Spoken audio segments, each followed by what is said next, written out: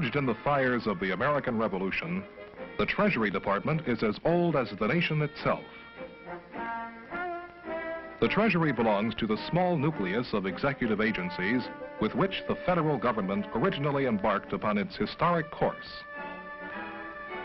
Among other things, the Constitution provided that the new government should lay and collect taxes, duties, imposts, and excises, pay the debts, borrow money on the credit of the United States, coin money and regulate the value thereof, and provide for the punishment of counterfeiting the securities and current coin of the United States. To carry out these duties, President Washington selected Alexander Hamilton to serve as the first Secretary of the Treasury. Under young Hamilton's able leadership, the department quickly acquired a central role in the new government. Because of its involvement in many of the most vital issues and problems of the first decade of our national history. For example, it was attacks on Treasury excise officers in western Pennsylvania, the so-called Whiskey Rebellion, which produced the first major challenge to the legal and administrative authority of the federal government. This vital role, and indeed, Treasury's important involvement in the very life of the nation has continued throughout our history. The Secretary of the Treasury is the chief financial officer of the government, and as such is the President's expert advisor on financial matters, including revenue forecasts and tax legislation. He is responsible for the development of both domestic and international financial policies, and provides the direction and operational framework to carry out these policies. Assisting the Secretary in carrying out these responsibilities are some 120,000 personnel serving in over 3,000 field offices, both in this country and abroad. Most Treasury employees are civil service career employees, but high-level guidance and direction are supplied by key officials who, like the Secretary, are appointed by the President with Senate approval. The home of the Treasury Department, its first, together with most of its documents and records, was burned when a raiding party of British Marines sacked the capital city during the War of 1812. The present Treasury building adjoins the White House and sits astride ceremonial Pennsylvania Avenue as it runs to the Capitol. From offices within these historic walls, the Secretary and his staff direct Treasury operations throughout the world. The department maintains field offices in all of the states, and Treasury representatives are on duty at U.S. embassies in major world capitals. So diverse and far-flung are Treasury's manifold activities that at a given moment, Treasury personnel are apt to be assisting local police apprehend narcotic smugglers in an Asian seaport, processing Canadian tourists through customs at Blaine, Washington, auditing an income tax return in Brooklyn, New York, minting a coin in Denver, Colorado, or breaking ice in Little America, Antarctica. The department is organized into an Office of the Secretary and 12 operating bureaus. The Office of the Secretary is responsible for the management of the public debt, including analyses of security markets and analyses of debt impact on the credit structure and the general economy. In this decade, one of the chief concerns of the Secretary continues to be the need to monitor the net outflow of dollars and gold to ensure a favorable balance in international accounts. A staff of economists supports the Secretary. They provide the necessary analyses of money flow, buy and sell foreign currencies to maintain the value of the dollar, and encourage international monetary cooperation. The Bureau of the Mint is charged with producing the coins required to meet the needs of the public. Coins have their beginning as raw materials which are accurately weighed to exacting proportions, then placed in furnaces for melting and casting into large ingots. These ingots are then passed through rolling mills and reduced to the thickness of the coin being manufactured. Automatic presses punch out plain metal discs called blanks or planchets. The blanks are then heat treated or annealed and cleaned before being upset. Upsetting is the operation which places the thickened edges on our coins. The blanks then go into high-speed coining presses which impress on them the devices and inscriptions which make them the coin of the realm. The design and specifications of coins are controlled by law. Great care is taken in the manufacture of our coins to maintain a high quality representative of our great nation. The Bureau of the Mint also receives and processes gold and silver bullion from various sources and operates one of the world's largest gold refineries at the New York Assay Office. Because of the very nature of their products, all mint installations observe the strictest security measures.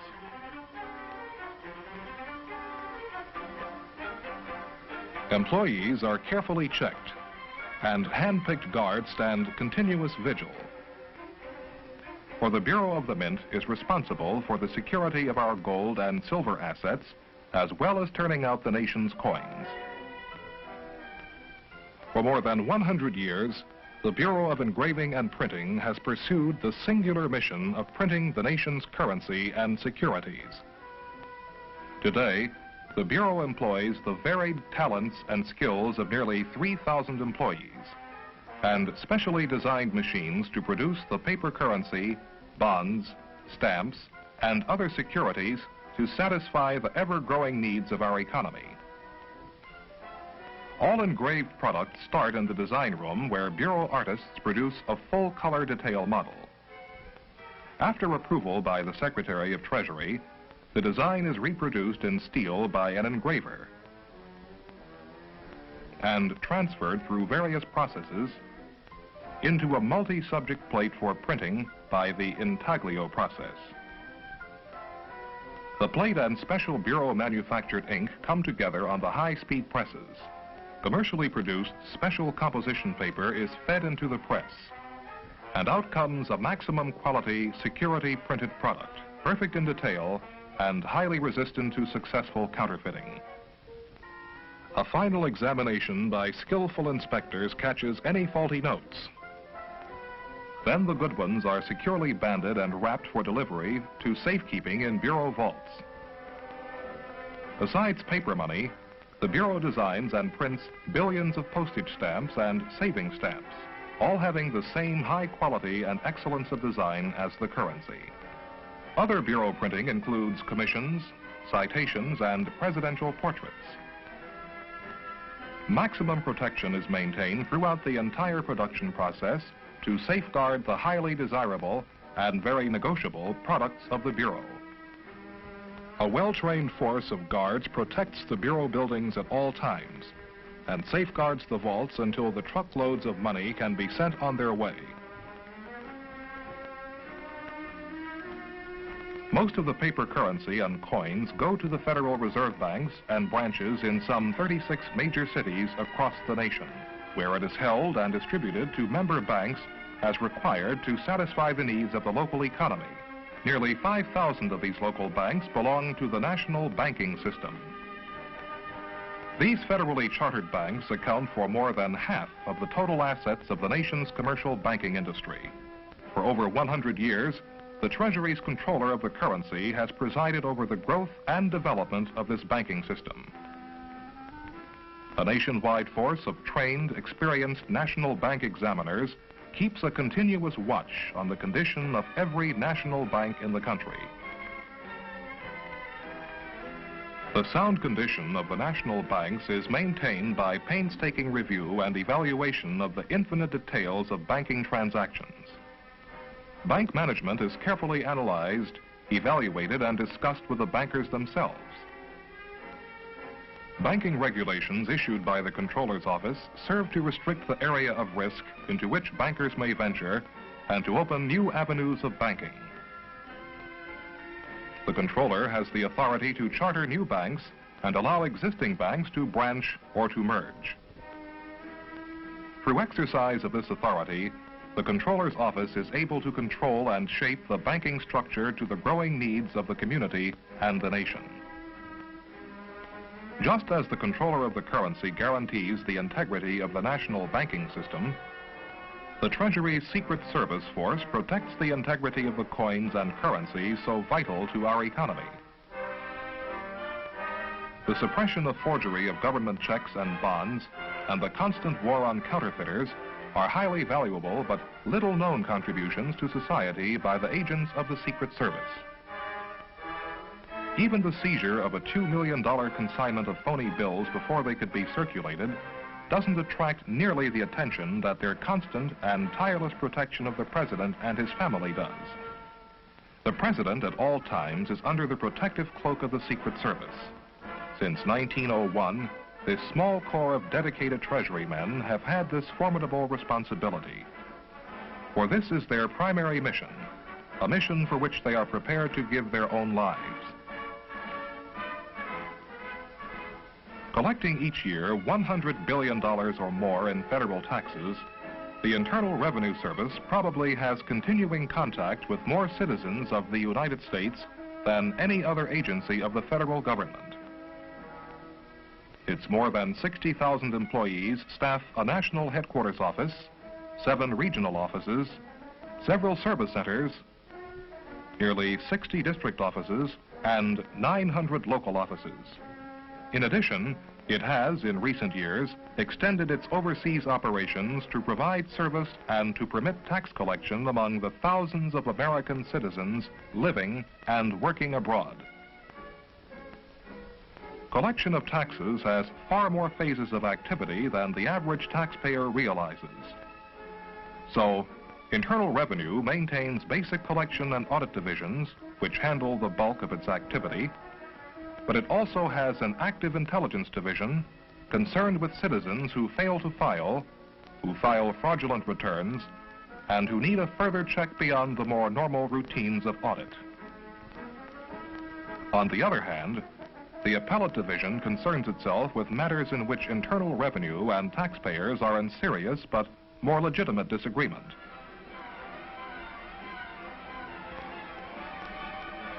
Internal Revenue's most dramatic operation, perhaps, is the Alcohol and Tobacco Tax Division, which regulates, for tax purposes, the liquor and tobacco industries and works earnestly to restrain the manufacture of illicit alcohol products.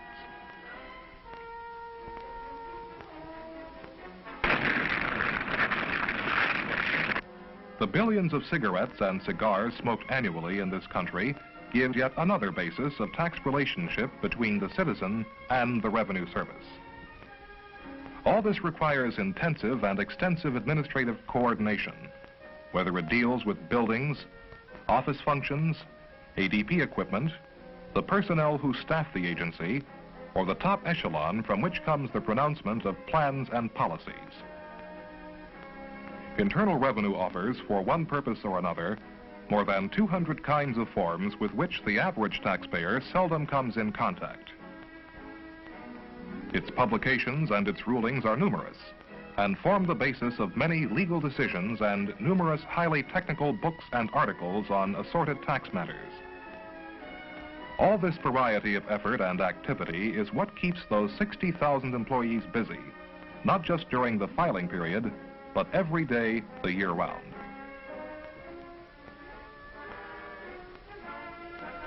Just as progress and the population explosion have created ever-increasing problems for the Internal Revenue Service, so they have for the Bureau of Customs. Customs today finds itself caught up in the 20th century's population explosion and one of its accompanying booms, the travel explosion. Many Americans travel abroad each year and return, while millions of foreign tourists pour into this country by ship, by plane, by car, and on foot. At all these gateways to America, returning Americans and foreign tourists are welcomed by customs inspectors, friendly but firm as they clear travelers for entry. Baggage inspection is the most familiar customs operation to most people. Many are not aware, however, that one of the most important reasons for checking baggage is to keep our country free of harmful animal or plant material in cooperation with the Department of Agriculture. This innocent-looking orange, for instance, harbors insects capable of causing millions of dollars of damage to the nation's citrus groves. The Bureau of Customs also performs vital functions in America's vast international trade. It is responsible for the classification and appraisement of imported merchandise from every corner of the globe. The Customs Service takes charge of all imported merchandise until it has been inspected, examined, appraised, and duty paid on it. Goods may be inspected on a dock, in a warehouse, or in some cases, in a laboratory where Bureau chemists analyze them to determine their exact components and relative values. So customs duty can be imposed fairly, whether it be on rugs or razors, dolls or diamonds. Customs has experts in all these fields, all applying their best efforts to determine a just duty charge. Customs also has an investigative and enforcement arm to apprehend those who attempt to smuggle goods into the country. In those years when the revenue collected by IRS and Customs is less than the total expenditures, the government finds it necessary to borrow the dollars it needs. This borrowing is accomplished by sale of various government securities such as treasury bills, notes, and bonds. The Bureau of the Public Debt is responsible for processing all transactions in the security issues of the United States. All such securities are developed, designed, and printed to specifications of the Bureau. The Bureau stores and distributes them to Federal Reserve banks and other agents. The Bureau maintains ownership registration records of all registered securities, computes interest on them, and authorizes issuance of interest checks to their owners. Retired securities and interest coupons are audited by the Bureau, and serial numbers of the securities are recorded. Retired securities are either retained in Bureau custody or are microfilmed for permanent record purposes. Accounting control is maintained on all public debt and agency securities transactions, and statements of the public debt are prepared for publication in the daily statement of the United States Treasury. The Bureau is responsible for the destruction of redeemed securities and interest coupons. Thus, the Bureau of Public Debt is the creator, accountant, and executioner of the billions of dollars worth of securities so necessary to the operation of our federal government. The most popular security issued by the federal government is the US Savings Bond, the promotion and sale of which is the responsibility of the Treasury's Savings Bonds Division. The widespread ownership of savings bonds helps to distribute the national debt among millions of Americans. National defense is a responsibility we cannot neglect. It must be financed at any cost. Bonds make the individual a partner in the business of our national defense. Borrowing from the public through the sale of savings bonds contributes to the stability of the dollar and to our economic strength. More savings out of income are required to finance the growing American economy. Savings bonds are one of the finest savings devices. They are a safe, sound investment for the buyer and a source of strength for the nation. Today, bonds are being bought, reissued, or redeemed at an unprecedented rate. These transactions, hundreds of thousands per day, are processed at the Bureau of Public Debt Electronic Data Processing Center. Whirring, clicking, spinning electronic brains to keep a running account of your investment in the nation's future. From taxes, customs duties, and sale of securities, the federal government takes in billions of dollars a year. It incurs obligations or creates bills, much as a family or a business. The majority of the bills created by all government departments or agencies are paid from the monies held by the Treasurer of the United States. Designated officials throughout the government sign documents certifying that payments are to be made to private individuals and businesses. Most civilian agencies forward these signed documents to the government's Central Disbursing Service in the Bureau of Accounts. The checks used to be prepared manually, much the same as individuals write checks. Nowadays, such a procedure would be impossible. High-speed computers produce several hundred million checks annually, several thousand checks per minute of every working day. This task is accomplished in a number of regional offices. Most of these checks are monthly annuity payments to Social Security retirees, payments to veterans, and federal income tax refunds. Checks are cashed or deposited in local banks and returned to the Treasurer of the United States. The entire cycle of the movement of cash, receipts on the one hand and expenditures on the other, is accounted for through a unified system of central accounts. Here again, these accounts were, in earlier times, maintained by hand. Today, the Treasury uses computers to do the work. The Treasury also publishes financial reports. These reports are among the most useful tools available today for financial planning and economic analysis. The daily Treasury statement, a daily summary of the cash flow in and out of the account of the Treasurer of the United States. The monthly Treasury statement, which shows the receipts by sources and expenditures by program for the entire government and the resulting surplus or deficit in the President's budget.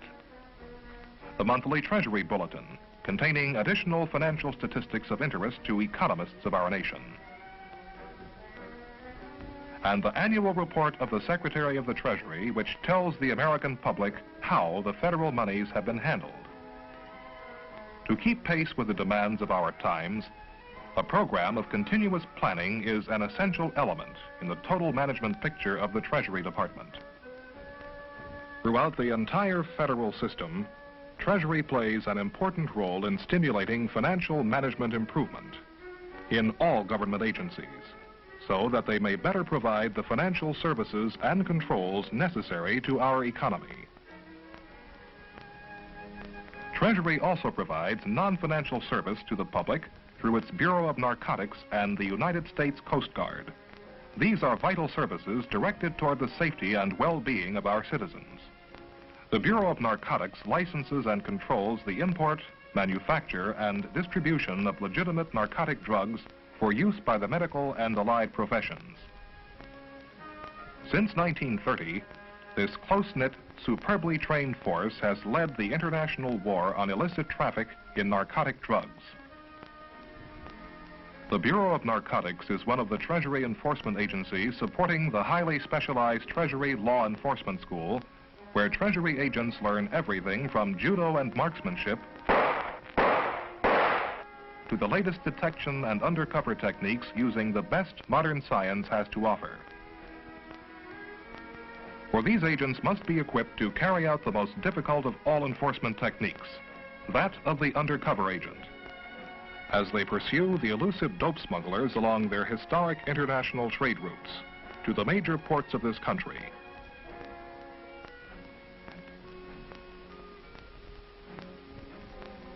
In the United States, the Bureau's main effort is concentrated in the major metropolitan areas. The target is the highest echelon of organized crime. Each seizure of dope is a tribute to the agents of the Bureau of Narcotics and a service of great value to the health and well-being of our society. Like the Bureau of Narcotics, the United States Coast Guard provides a direct service to the nation. The modern Coast Guard is an almost worldwide force of men, ships, planes, and stations dedicated to promoting maritime safety and saving lives and property at sea and on the territorial waters of the United States. Maritime safety starts at the design board for all American ships and continues through the life of the vessel as periodic inspections of machinery and hull are made. Regular shipboard drills ensure the best crewmen for our merchant marine vessels. When disaster does strike at sea, the Coast Guard Search and Rescue Network goes into action. Location of the stricken plane or vessel is plotted in the Rescue Coordinating Center. Cutters and search planes are manned and underway toward the scene. In a matter of minutes, the data processing equipment of the AMVER Center produces a list of names, positions, and medical facilities of merchant vessels nearest the stricken ship. With huge aircraft for long searches amphibious planes for shorter searches and possible offshore landings, and amphibious jet turbine helicopters for inshore searches and pickups, help is seldom very far away for mariners in distress. Coast Guard cutters on weather patrol catch their share of search and rescue work too, as they make regular observations for the US Weather Bureau and furnish communications and navigation assistance to ships and transoceanic aircraft. Coast Guard Loran stations from Greenland to Japan, lighthouses from Maine to Hawaii, and offshore towers and lightships along our coasts aid the mariner in his ocean navigation. Thousands of buoys mark his way in our rivers, bays, and harbors. In the North Atlantic, since 1914, Coast Guard ships and planes of the International Ice Patrol have charted and warned ocean travelers of the menace of icebergs in or near the shipping lanes. The Coast Guard's battle against ice, one of man's oldest and most formidable foes, is carried into the bays, rivers, and harbors of the United States, into the Great Lakes in the interest of commerce, and to the North and South Polar regions in the interest of science and national defense. Coast Guard ships carry out an accelerated program of oceanographic research, taking water and sea life samples from the major ocean areas of the world. In addition to their many far-flung peacetime missions, the men and ships of the Coast Guard must be ready at all times to take their place alongside the Navy in times of national emergency. As the nation's oldest seagoing armed force, the Coast Guard is proud of its chapter in the Treasury story.